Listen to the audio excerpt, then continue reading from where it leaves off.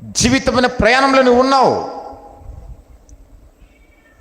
కానీ చూడండి, నువ్వు గమ్యం తెలుసుకొని జీవించాలి. గమ్యం నరకం ఉంది, పరలోకం ఉంది. పరలోకం పోవాలంటే నువ్వేం చేయాలి? ఇలాంటివి ఉండకూడదు. ఐదవది ఏమిటి? పండుగలు, దినాలు ఇలాంటివి ఆచరించకూడదు. మంగళవారం పోను.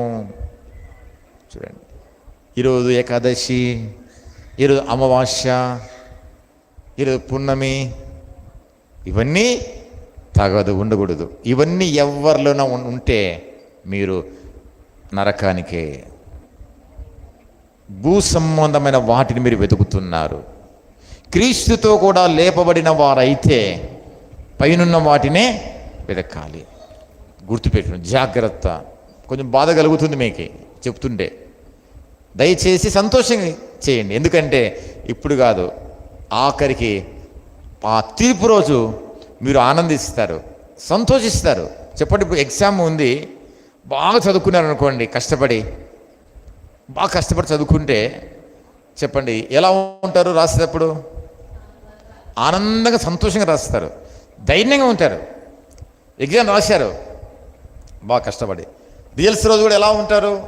సంతోషంగా ఉంటారు. రిజల్ట్స్ వచ్చాయి చెప్పండి ఎలా ఉంటారు? ఫస్ట్ వచ్చారు, ర్యాంక్ వచ్చింది, అబ్బా ఆ రోజు బాగా చదివాను, నేను ఆ రోజు కష్టపడ్డాను అందుకే ఫస్ట్ వచ్చాను, ఆ రోజు రాత్రి మొగలు కష్టపడ్డాను అందుకే ఫస్ట్ వచ్చాను, అందుకే ఇప్పుడు ర్యాంక్ వచ్చింది నాకు అని ఎంత సంతోషం చెప్పండి. ఆ ఆనందం మీకు రావాలి. ఎప్పుడు అదంటే ఆఖరి తీర్పు, లైఫ్. ఈ లైఫ్లో కూడా జీవితం ఇది. ఈ జీవితంలో కూడా నీకు ర్యాంక్ ఉంది, బహుమానం ఉంది. ప్రభు చెబుతున్నాడు, మరణము వరకు నమ్మకంగా ఉండాలి. నువ్వు దేశీయ దీక్షలో ఉన్నావు.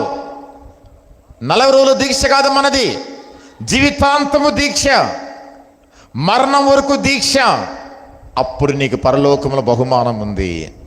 ఆ బహుమానం ఇచ్చేటప్పుడు సంతోషిస్తావు. ఆ దినము ఆయన చెప్పిన వాక్యం విని, నేను ఆ కఠినమైన వాక్యం విని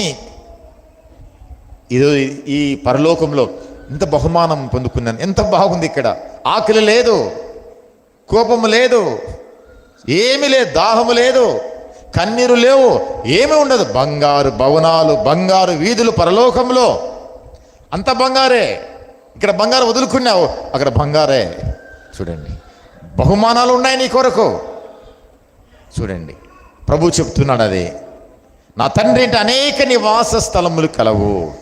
ఆ నివాసం కావాలంటే మీరు క్రీస్తుతో కూడా లేపబడే వారిగా ఉండాలి. క్రీస్తుతో కూడా లేపబడిన వారైతే పైనున్న వాటినే వెదకాలి, భూ సంబంధమైన వాటిని వెదకద్దండి. చెప్పండి, ఒకటేమిటి? పవిత్రత. అపవిత్రతను ఏం చేయాలి? చంపివేయాలి. రెండవది గట్టిగా, డబ్బు అనే విగ్రహం ఉండకూడదు. ఆ విగ్రహం చాలా డేంజరస్. ఇది డబ్బు పిచ్చి అనేది రాకూడదు. ఇది ఉంటే మనం పనిగా ఏమి చేయలేం. పెట్టుకో, డబ్బు అనే విగ్రహము వదిలేయండి. మూడవది నోరు బాగుండాలి, జాగ్రత్త. నాలుగవది